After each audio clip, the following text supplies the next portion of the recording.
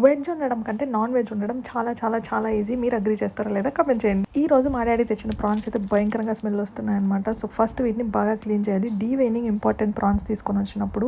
And ఆ తర్వాత మంచిగా వాష్ చేసుకొని పసుపు, ఉప్పు, ఇంకా నిమ్మకాయ వేసుకొని ఇంకా బాగా ఒక 5-6 టైమ్స్ కడుక్కోవాలి. ఆ తర్వాత సింపుల్గా మసాలాలు వేసుకొని మ్యారినేట్ చేసుకుంటున్నా. ఉప్పు, కారం, ధనియాల పొడి, ఇంకా కొంచెం అల్లం వెల్లుల్లి పేస్ట్. ఒక 15 మినిట్స్ మ్యారినేట్ చేసుకున్న తర్వాత పెనం పెట్టుకొని పెనంలోకి ఆయిల్ వేసుకొని చాలా సింపుల్ మసాలాస్ వేసుకొని దానిలోకి పచ్చిమిరపకాయలు ఇంకా ఎర్రగడ్డలు వేసుకొని బాగా వేగిన తర్వాత ప్రాన్స్ వేసేసుకుంటున్నాను.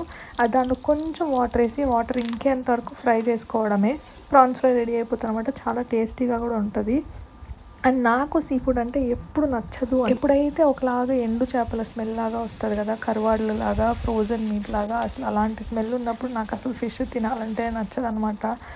ఎట్లాగా ఉంటుంది. లాస్ట్లో మన కర్రీ అయితే రెడీ అయిపోయింది. ఇక్కడ గరం మసాలా ఇంకా కొత్తిమీర జల్లు వేసుకుందాం. మీ ఫేవరెట్ నాన్ వెజ్